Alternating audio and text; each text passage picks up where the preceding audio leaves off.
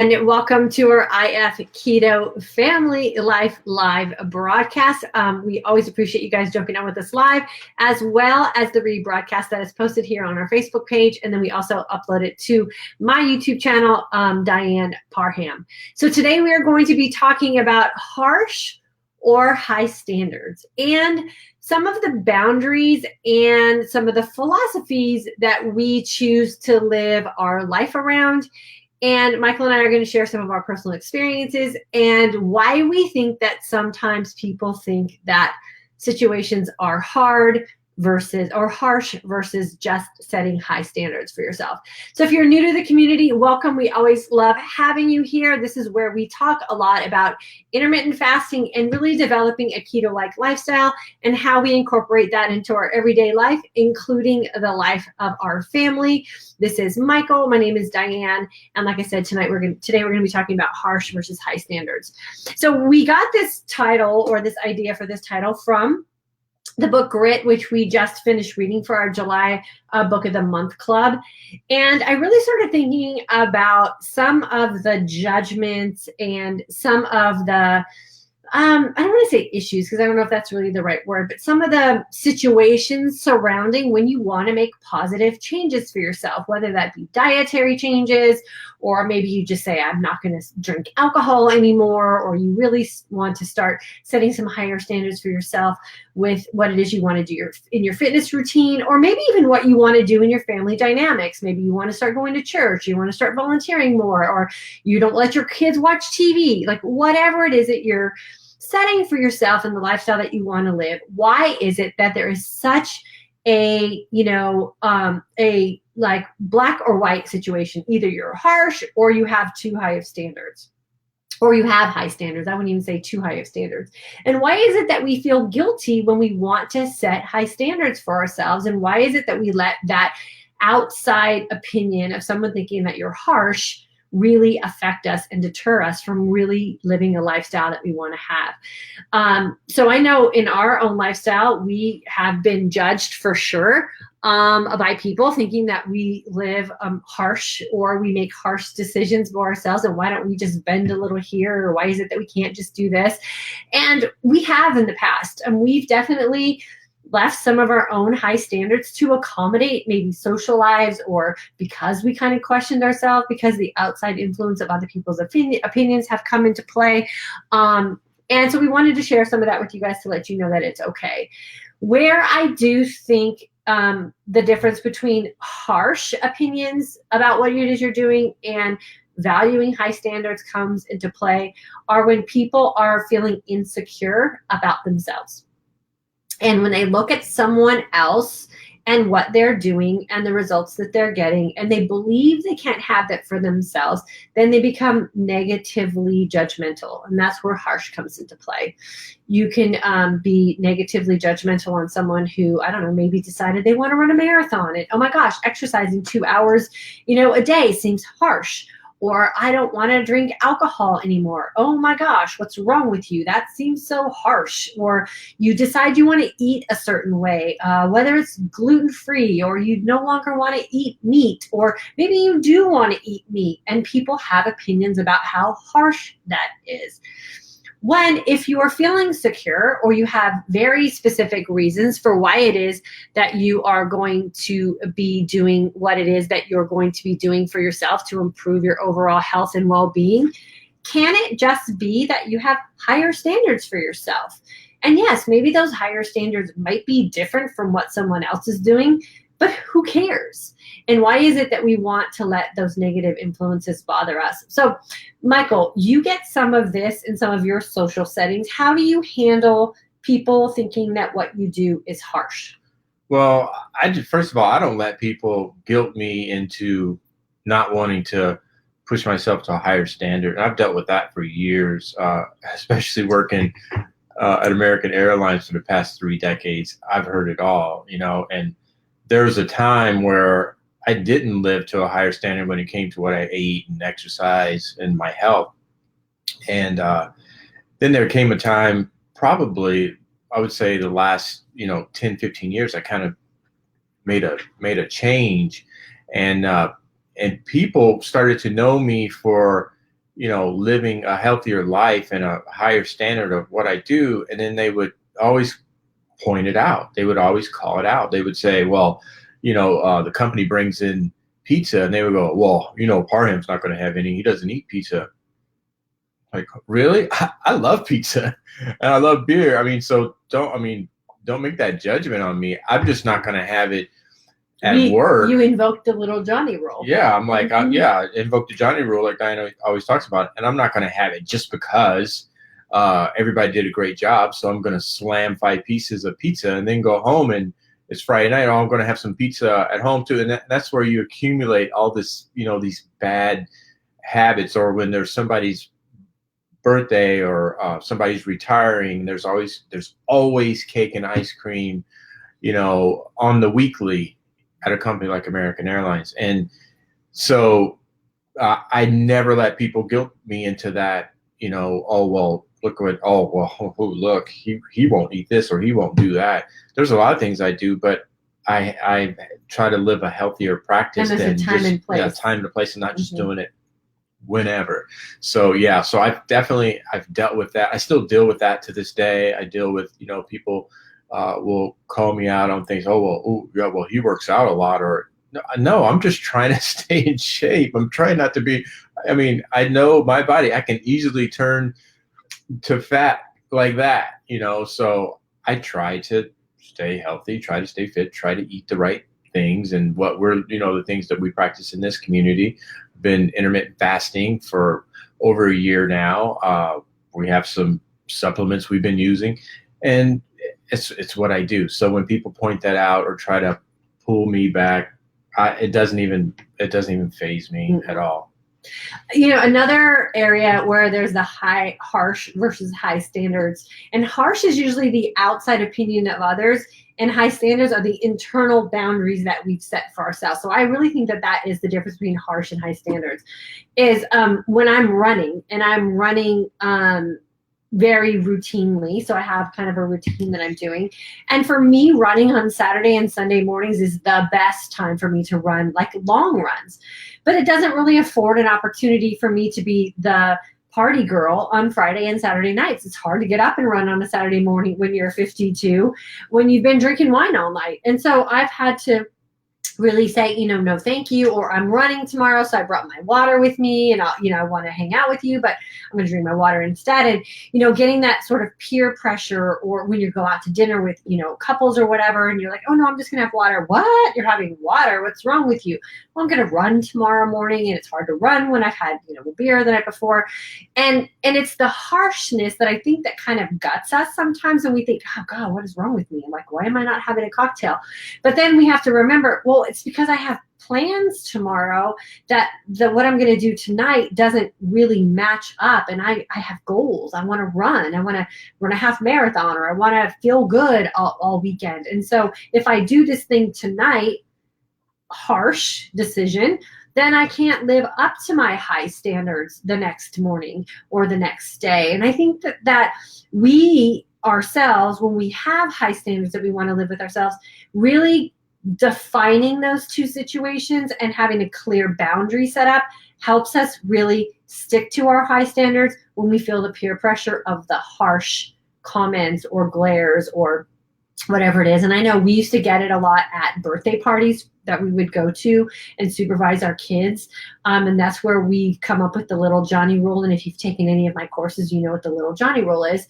And, we would say no thank you to the Chuck E. Cheese pizza, because it's crappy pizza, and we didn't need to eat pizza at 2:00 in the afternoon. And we'd say no thank you to the birthday cake that was the sheet cake from the local grocery store, which is probably crappy birthday cake. And I get that that's what you do at kids' parties. Like, that's what you do because that's what's provided. But I don't need to be glared at or looked at sideways because I said no thank you to pizza and cake at 2:00 in the afternoon.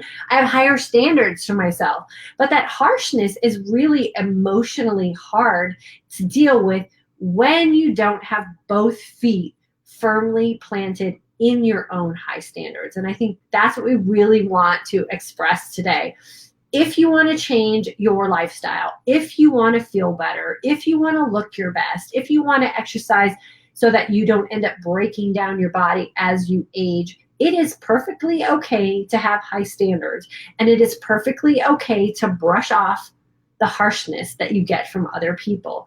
It's their own insecurities and their own inabilities to do what it is that you're doing, and it oftentimes comes from a place of envy and jealousy. And I think we have to keep reminding ourselves of that. Just because someone else doesn't want to make decisions so that they can look and feel their best and live their most authentic life doesn't mean that you need to be drugged down that same road. And this is where we really need to have a community like we're developing here. And you really have to seek out friends who are living that kind of lifestyle that you want to live, so that you're not criticized when you order a bottle of San Pellegrino when you go out to dinner instead of bottle of Pinot Noir. And it's totally acceptable and okay. And you're going to have that sort of response from people who are like-minded that are like, yeah, I probably should do the same thing and order a bottle of San Pellegrino instead of a bottle of wine, and have it be accepting instead of harsh. And then I also want to express, and Michael can chime in on this one too, it helps if we become less harsh, right? So just because we've chosen this lifestyle that sets standards for us that we believe are high, we also have to remember that we can't be harsh to people who don't also do the same thing. And we have to really stop as a whole being so judgmental and so quick to snap at other people just because they're making decisions that are different from us.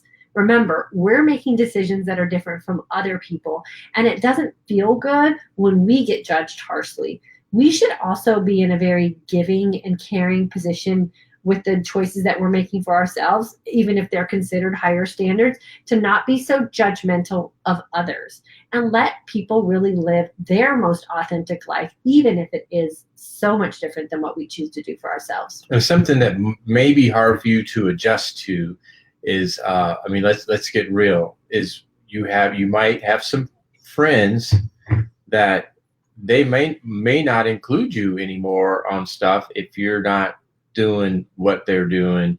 And then you feel like, oh, what have I done? Well, you can't do that to yourself. Like, once you set that standard, it's like, hey, I'm okay with you, if you want to, what do you call it when you're slamming drinks? If you want to drink after drink, that's fine, but that's not what I'm doing.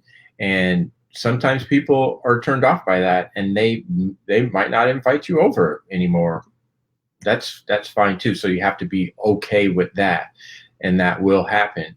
But like Diane's saying, you should have friends that are okay with it. Doesn't, whatever you're doing, whether you're having a cocktail or you're not, or you're eating a salad, that's what you're saying, and they are eating steak. That should be okay, unless there's obvious envy stuff going on, and they just can't deal with you eating the way you eat, or not drinking, or whatever. So you have to be ready for that. Right. So harsh can go both ways. It can be delivered and it can be received. So make sure, if you're not appreciating harshness, that you're not being a harsh person.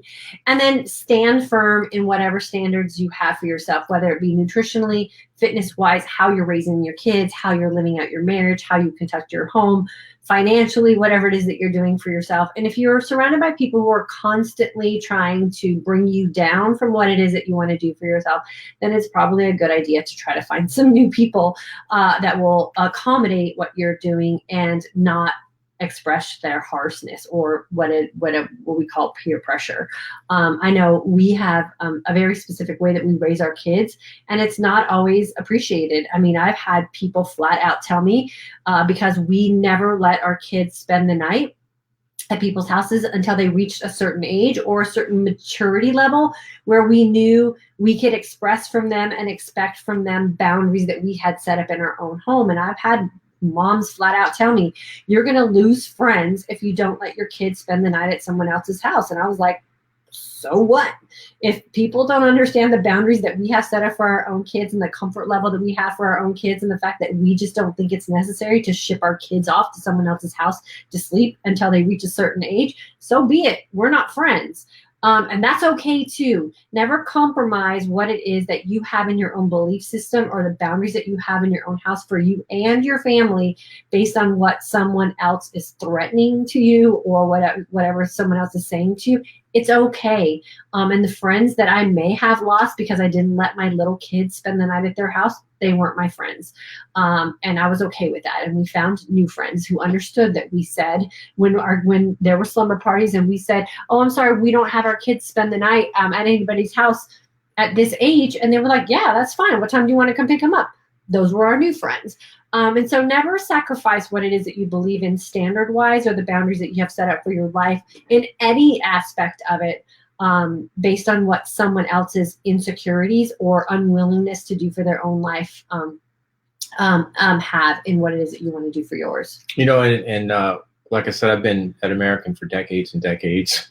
And the sad part is you see people that don't hold themselves to a standard and they get sick, you know, and I've seen all kinds of strokes and heart attacks and diabetes. And it's so sad that people think, well, that just happens because I'm older. Sorry. Or I was going to read the comments on here. Sorry. You know, I'm just getting old. I mean, there's nothing I can really do about my weight anymore. I mean, they have these thoughts in their head that they're kind of just done, and you see them get sick and wither away. And it's like, it doesn't have to be that way. If you put a standard in your own life, and I mean, there's been people I've literally talked to, I mean, like 20 years ago, like, oh, you should do that. I mean, I try to help them, you know, because at times they do want help and then they just refuse to do a certain thing or hold a certain standard in their life. And you see them get sick. I've seen people die. I've seen people have heart attacks, and it's, I mean, anybody can have a heart attack. Anybody can get sick. I mean, none of us are exempt from that. However, I mean, if you can hold a certain standard, you're going to have a better chance. I mean, if you're passing on Johnny's birthday cake or that retirement cake that comes through your break room every, you know, once a week, if you can pass on that and have your, you know, always tell Diane, if I'm going to have some dessert, I want to throw down. It better be good. You know, like if I have a good piece of carrot cake or some kind of fudge or something, I want it to be good and I want to enjoy it. But I'm not just going to have the retirement cake because it's there. It just doesn't make any sense. Or because the person in fourth grade with your kid threw a party, invited everyone from the class. Like it's not an excuse for us as parents to have birthday cake. And so what we have in our house is the standard of we only eat birthday cake for the people in our immediate family. And you might have seen the post that I did where I made Gabby a double layer chocolate cake with vanilla frosting in the middle and chocolate frosting on the top. And we ate it and we loved it. But it was cake that was made by our standards. And I think that was the first birthday cake we've had in years. Like we don't even celebrate with birthday cake anymore because it's just not our tradition. But Gabby wanted it. So we made it for her. And we made it at the level in which we have birthday cake when we have it. And so those are the things that you want to make sure that you're steadfast on and you're not compromising on. And who cares what people think as far as harsh. And just look at it as the situation where they just don't understand. And, you know, a big part, and I always go back to women because women seem to do this to each other and it's so bad, and I have gotten this direct to my face, is comments from women who say, oh, I'm not going to hang out with you this summer because I don't want to sit by a pool with you because I work out. And they didn't want to feel bad about themselves sitting next to me. Well, trust me, I don't have a perfect body. I'm far from having a perfect body, but it was their own insecurities that led to a comment like that to my face, which is really hurtful. And I think, well, gosh, like I work out all year and I sacrifice some nice party things and food things so that I feel comfortable in my own skin. And now you don't want to be my friend all summer because you haven't done the same thing. Like that's hurtful. And I would never, ever think about being that harsh to someone else and saying, well, gosh, you haven't worked out all year. Don't look for me this summer at the pool because I don't want to hang out with you. Like, I can't even imagine reversing that comment to someone. And it hurts just as bad going the other way. And so remember that too when we think about other people and who we want to spend time with and what it is we're doing in our life. And we got to make sure that when we express things out of our mouth, we stop and think, is this going to be hurtful to someone who's just trying to live their best life? And I talked about it on my live that I just did on Instagram about Girl Wash Your Face, where I said we need to practice taking good thoughts from our head and not just holding them like complimentary things in our head and just expressing them through our mouth. Like practice really sharing good, happy thoughts we have about people, and the ones that aren't so good and aren't so happy and aren't so complimentary, learn to swallow them and don't let those come out of your mouth, because they can be really hurtful and really damaging. And if you don't know someone's true story or some of the things that they've had to deal with in their life, they can be really damaging to someone else. So make sure you're not the harsh person who is expressing your inner feelings about something based on your own personal past or your own maybe insecurities or weaknesses on someone else who's just trying to set higher standards for themselves. Right? Okay, so let me see who we have on with us here. Let's see. Jane, hello. Tammy, hello from Wisconsin. Amy, catching us on vacation. Well, that's very complimentary. Thanks for spending your vacation time with us. We appreciate you being here. Terry, hello. Jillian, I try to ignore people and do what works for me. Living my example is working for me. And it is for sure, Jillian. You have done some great work. So congratulations on that. Kim from Florida, hello. And then Jane, so true about not being included, but their loss, not mine.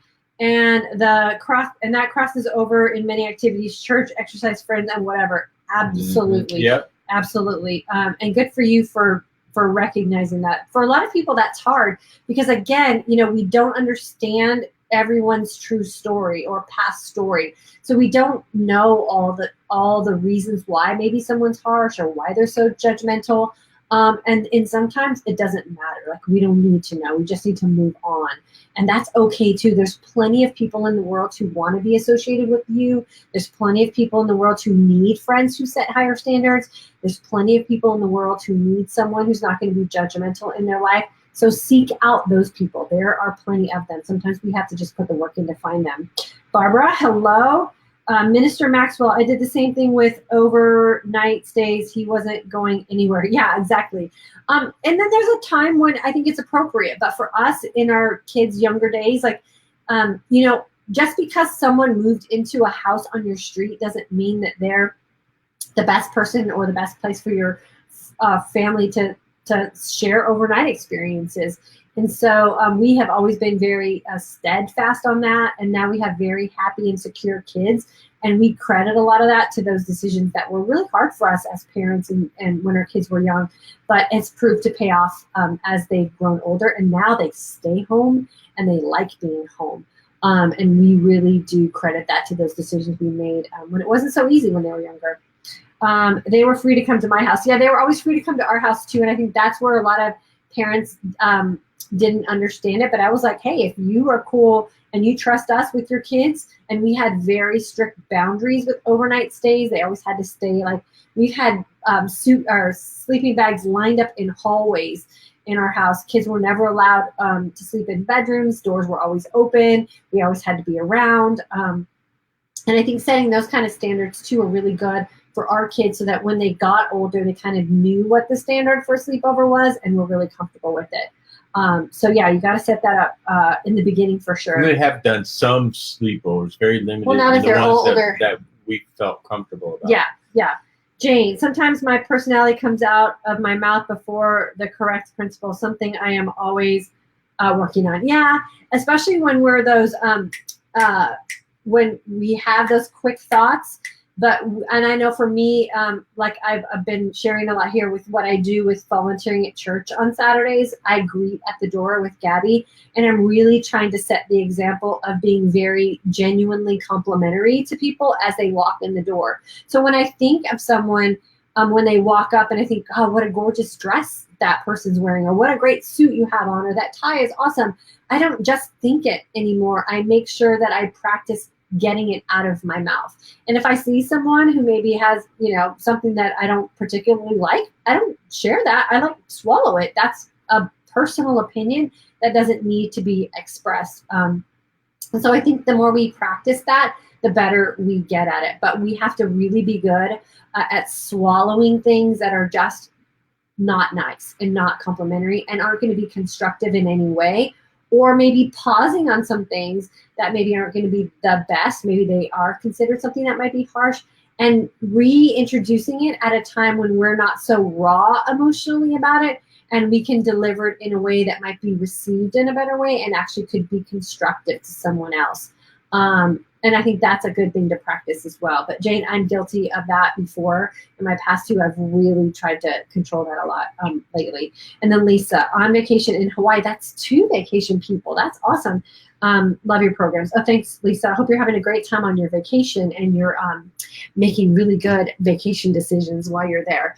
So that's what we wanted to share with you guys today. I know it can be really hard to deal with, especially in workplace environments or maybe with a significant other that doesn't understand maybe some changes that you're making that are trying to be better life choices for yourself. But just consistency, I think, is one of the big things that really does help with those harsh judgments. When you stand firm in what it is that you've set for yourself as far as boundaries go, and that they know that you're really serious about it, I think that really does help lessen the harsh compliment or harsh criticisms, and really does help people see that you are truly just trying to create some higher standards for yourself. And so time and consistency does help there.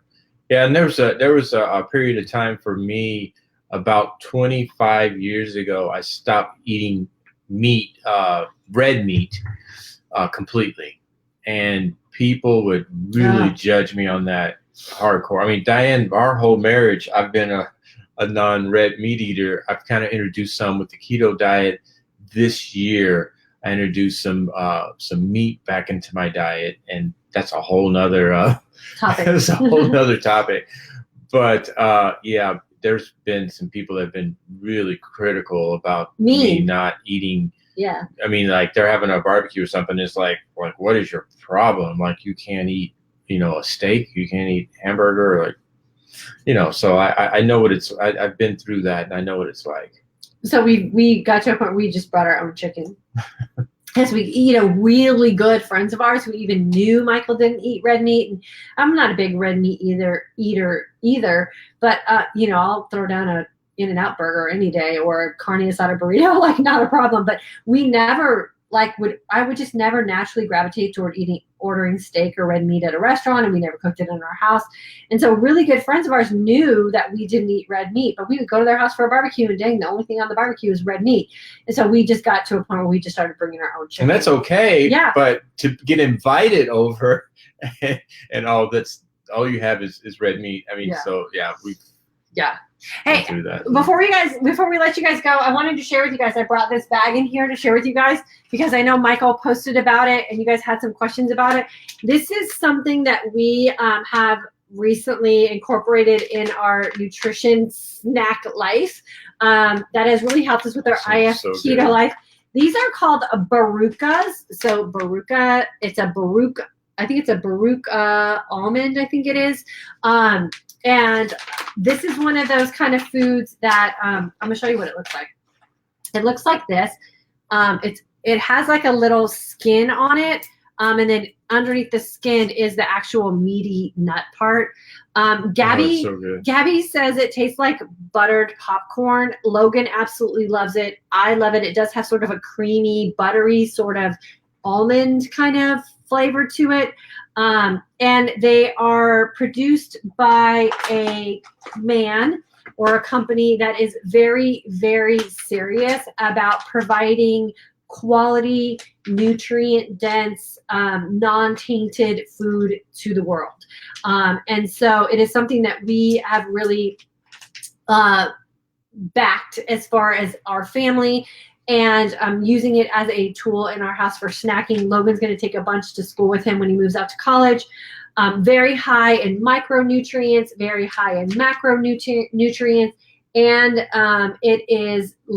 it is quality, meaning that the process in which these nuts are harvested and brought to the bag and to the consumer is exactly what we look for in our family as far as good quality, nutrient-dense foods. So if you're looking for a snack and you're always concerned about whether you're getting the right micronutrients or macronutrients or just good quality nutrient-dense foods, this is something that you might want to look into. I reached out to the company. They offered our community a discount if you use the code DY, so die as in Diane, in the checkout window. They will grant you a discount. I think that is awesome. Always take advantage of that for sure. And you just go to Baruka. Is it Eat Barukas? I think it is. Can Kara put it up? Kara will put the link in the comment section. You guys want to come back. But if you just go to baruka.com and then type in DY in your checkout, then you'll get to see what, I think it's a 10% discount or something like that. But we absolutely love it. This is like our go-to snack now. And it's great for the kids as well. So always, and the net carbs are net zero, right? Because it's 15 grams of carbs and 15 grams of fiber. So that gives you so zero. super high in fiber. So net carbs on this is like 0, which is awesome. That's what we're looking for with living the keto-like lifestyle. Not too heavy on the fat. Kara put the link in there for sure. And then DY is the discount code.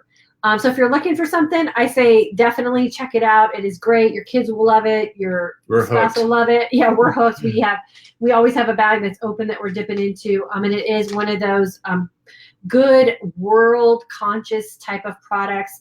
The environment or the place that they're harvesting these nuts, they're really creating a really great economic environment for the people who are harvesting these and planting new Baruka plants. And again, that's one of those things that we really love backing as a family and really like sharing with you guys as well. So we're going to let you go. Definitely take a look at this. And if you're interested in more information, just email me and I can get you some more information for sure. And then just remember the DY code at the checkout so you guys can save a little money, because that's always nice too. Have a great weekend. Don't worry about harsh comments. Keep your standards high.